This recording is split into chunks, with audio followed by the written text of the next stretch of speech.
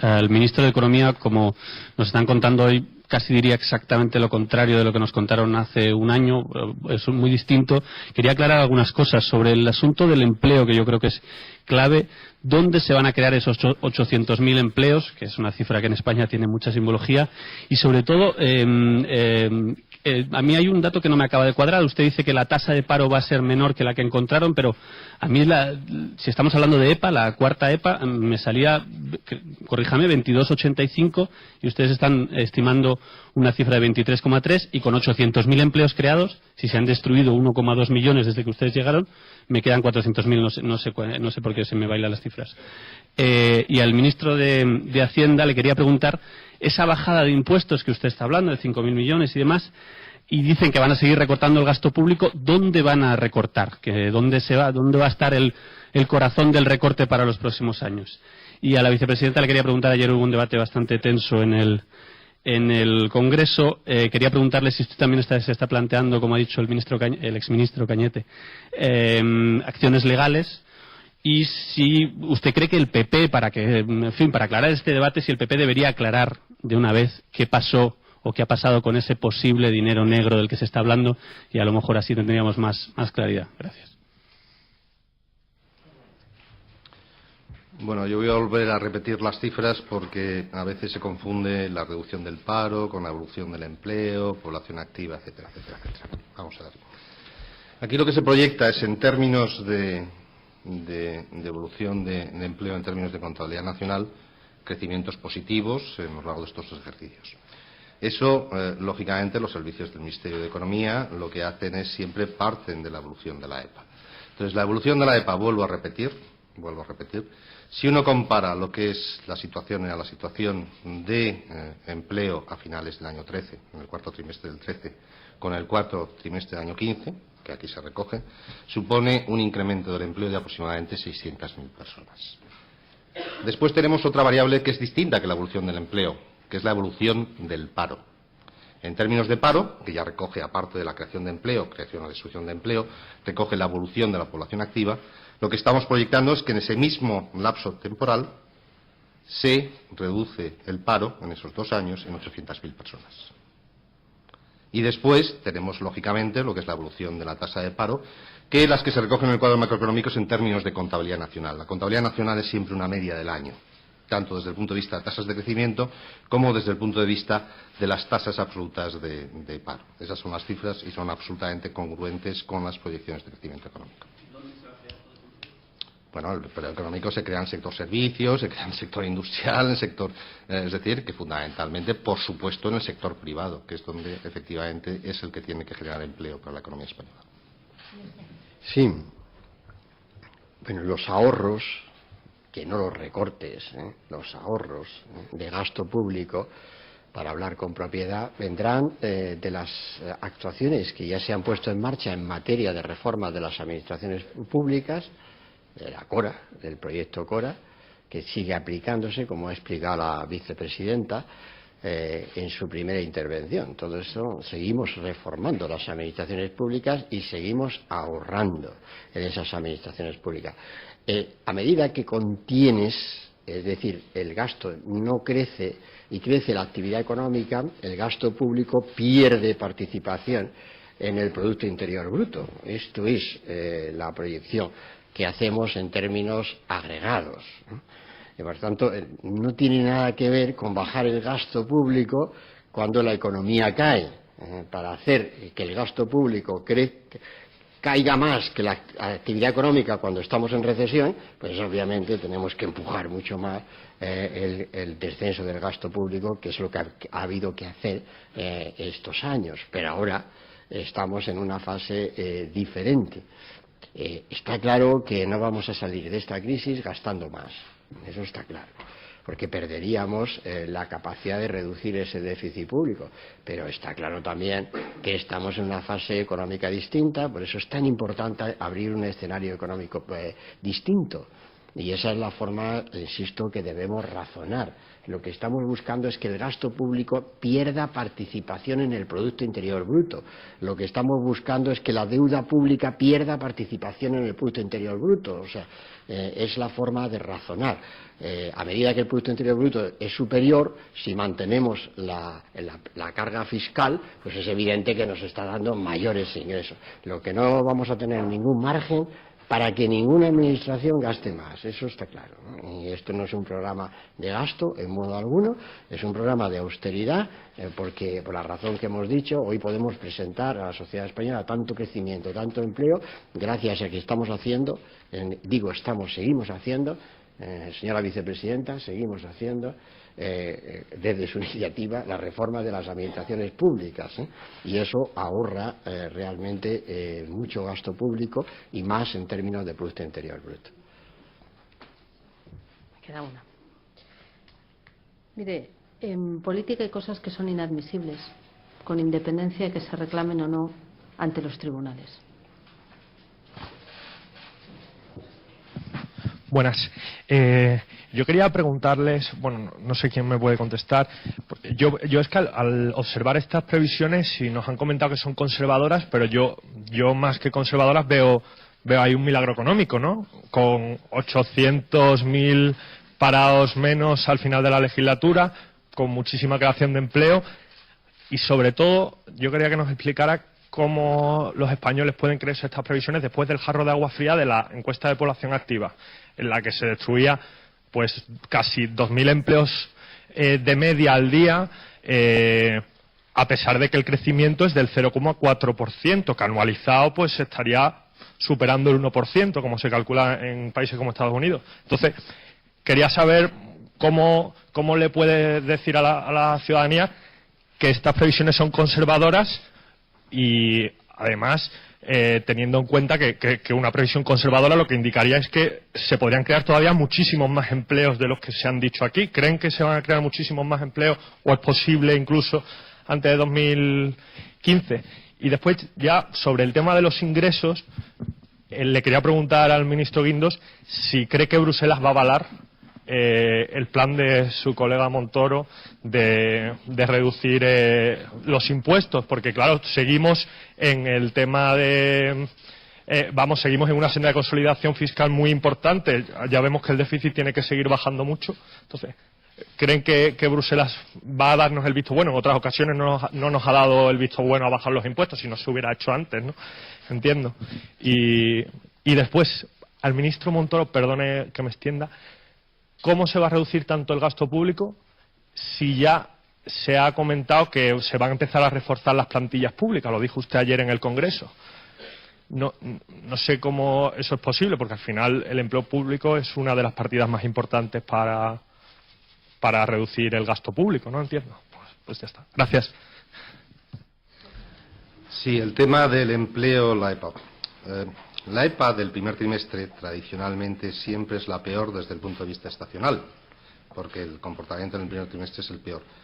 Además, en este año ocurría que la Semana Santa caía en el mes de abril. A pesar de todo eso, la EPA del primer trimestre de este año recoge una caída de empleo muy inferior a la media de lo que ha ocurrido durante la crisis, de la caída de empleo media en el de los primeros trimestres ha sido de 320.000, y en este caso ha sido de 184.000, y después un incremento del paro de media en el primer trimestre de 400.000. Un incremento del paro de 400.000 de media. En este trimestre, en el primer trimestre del año 14, ha habido, como sabe usted, una ligera reducción del paro según la. Por lo tanto, el tema estacional es muy importante. Es fundamental para analizar la tendencia a la desestacionalización de las cifras. Hoy el INE nos ha dicho otra cosa, si me permiten ustedes. Nos ha dicho que la economía española crece al 0,4. Eso en términos trimestrales anualizados, como usted dice, los americanos lo multiplicarían por 4 y dirían que el crecimiento está en el entorno del 1,6. Bueno, bien, es la tasa intertrimestral anualizada que apunta hacia dónde va. Lo que, en relación con lo que usted comentaba, si usted ve, por ejemplo, cuál es el consenso actual del mercado, el consenso actual del mercado es que la economía española va a crecer aproximadamente lo que nosotros estamos diciendo. Es decir, estamos por decirlo de algún modo, muy próximos al consenso del mercado, a la media de los analistas.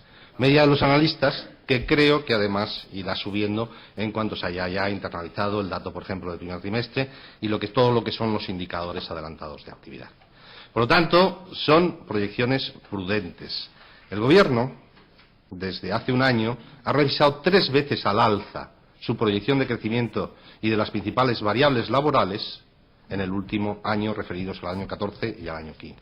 Es decir, eso lo que pone de manifiesto es que nuestra estrategia es ir por detrás de alguna forma, es decir, que siempre la realidad supere a las proyecciones. Y creemos que eso se ha conseguido en el último año. Por lo tanto, cuando tengamos los detalles del crecimiento del primer trimestre en términos de contabilidad nacional, veremos también cuál es la proyección de empleo del primer trimestre en términos de contabilidad nacional. Bien, como saben ustedes, el INE coge la EPA, desestacionaliza la EPA, la convierte del trabajo a tiempo parcial, por ejemplo, a trabajo a tiempo completo, y veremos a ver qué pasa con el crecimiento del empleo durante el primer trimestre de este año. Porque con un crecimiento del 0,4, en términos de contabilidad nacional, podríamos tener una imagen distinta a la que nos ha dado la EPA. Y todo es absolutamente congruente, porque se tiene en cuenta también el tema de evolución de afiliaciones, evolución de paro registrado, evolución de la EPA. Por lo tanto, vamos a esperar a tener la imagen completa del primer trimestre de este año, que es el trimestre en el cual, en tasas intertrimestrales, es el mejor desde que se inició la crisis. Y después, en relación con lo que comentaba usted, vamos a ver, este es el programa de estabilidad del Gobierno de España, ni del ministro Montoro, ni del ministro Guindos, del Gobierno de España. Y estoy convencido que, efectivamente, porque se ve que se está haciendo un esfuerzo de reducción del déficit público este año. Es decir, pasamos del 5,8 al 5,5 y, además, simultáneamente, la necesidad de financiación del Tesoro se reduce en 6.000 millones de euros. Por lo tanto, se pone de manifiesto que el Gobierno de España está haciendo un esfuerzo desde el punto de vista de consolidación para que la reforma fiscal que ha comentado el ministro de Hacienda sea absolutamente congruente con la senda de reducción del déficit público y con la recuperación de la economía española. En relación con reforzar las plantillas, eso pasa por cortar las frases. Yo hablaba de reforzar las plantillas en la agencia tributaria y en las corporaciones locales, ¿no? Si diera la frase íntegra, pues entonces nos ahorraríamos cualquier tipo de duda. La tasa de reposición sigue vigente, la congelación de plantillas sigue vigente en todas las administraciones públicas, además. Y por tanto estamos ya levantando el pie en el control y la lucha contra el fraude.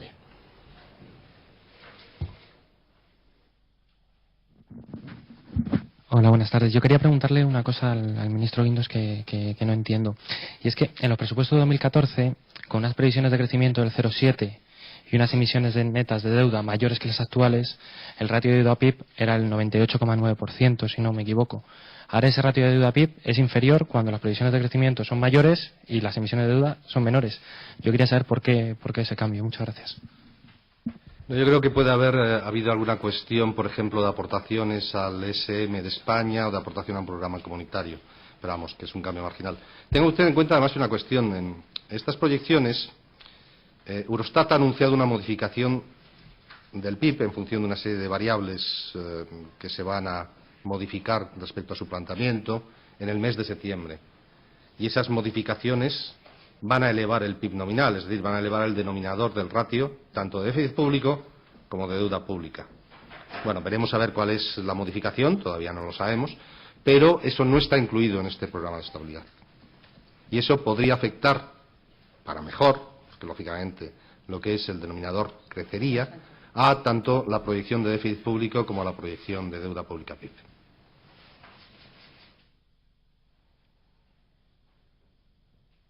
Sí, buenas tardes. Dos preguntas para el ministro de Hacienda. En primer lugar, los expertos coinciden en que la presión fiscal en España, pese a los avances de los últimos años, todavía está por debajo de la media, ¿no? Entonces, en este escenario, ¿cómo está explicando el Gobierno a Bruselas la reforma fiscal que hay en ciernes?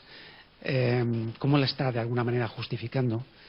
Y le repito la misma pregunta que se le he trasladado también al ministro de Economía, si considera el ministro de Hacienda que Bruselas terminará dando el visto bueno esta reforma fiscal. Y por otra parte, en el tema de la reducción del gasto público, asistimos a una polémica que no es nueva, porque hay algunos sectores que le están restando realmente credibilidad, ¿no? Entonces, con este programa de estabilidad nuevo que ha presentado a Bruselas y que va a presentar a Bruselas y con estos avances que nos está haciendo, ¿cómo encara el Gobierno, cómo se encara desde el Ministerio de Hacienda esta polémica? Gracias. Gracias.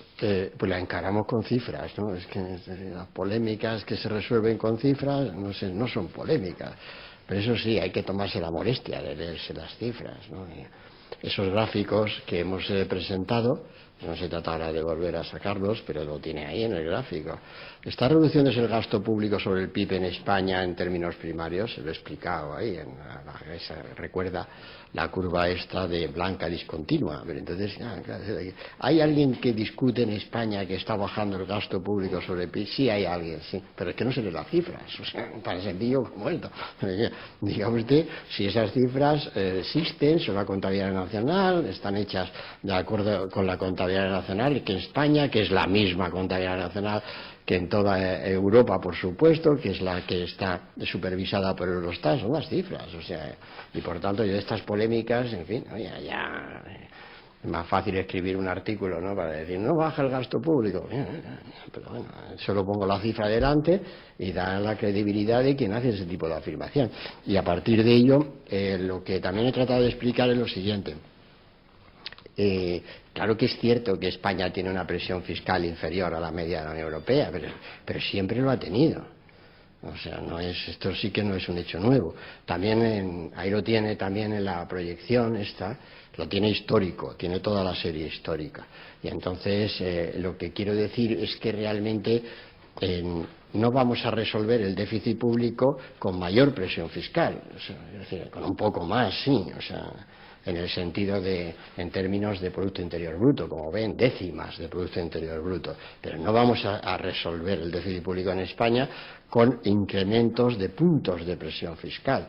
Entonces, quiero decirles que realmente, si ven toda la serie histórica, lo que ocurre en el año 2007, para entendernos, 2008, la presión fiscal está en niveles que se habían situado históricamente por una determinada política también. Este es el del gasto, ¿no?, pero también el de la presión fiscal, ingresos, está ahí. Y como ven, la caída, fíjense, en el periodo de los gobiernos del Partido Popular, fíjense lo que está haciendo la presión fiscal, se mantiene estable. Esas son las reformas tributarias que estamos haciendo y son las que vamos a hacer ahora. Por tanto, no hay, ni siquiera es nuevo en términos de que no tengamos antecedente. Y por tanto el debate no es tener la presión fiscal en España en la media de la Unión Europea, porque ese debate nos llevaría a una política tributaria que seguramente sería incompatible con el crecimiento económico.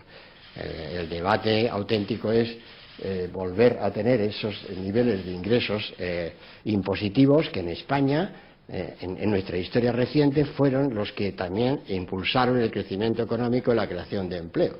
Y nos hicieron vivir la etapa de prosperidad económica en términos de crecimiento de renta y sobre todo de la mayor creación de empleo de nuestra historia. Este es el debate, ¿no? Y vamos a bajar impuestos, vamos a empezar a bajar impuestos y la recaudación tributaria, por tanto, pues aún ganará un poco, pero no es el debate nunca llegar a las medias de la Unión Europea.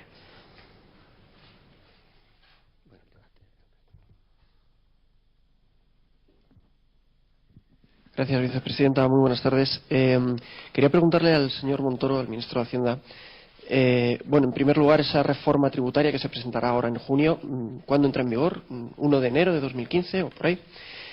Y se ha referido a que la única subida que podría contemplarse es la derivada de la normativa comunitaria. Quería preguntar si hay algo a la vista, ¿tiene conocimiento de que puede haber algo en ese sentido? Gracias. Sí, las fechas son esas. Entraría en vigor el 1 de enero del 2015.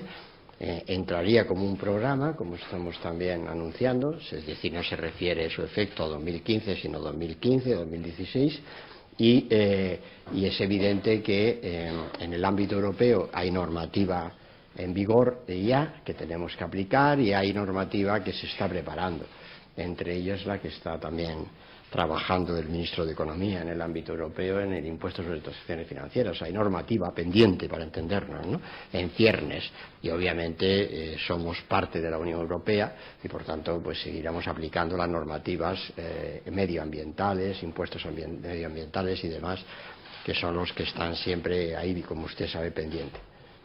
Muchísimas gracias. Como saben, ahora habrá una intervención por parte de los representantes sindicales que se han reunido hoy con el presidente del Gobierno. Gracias.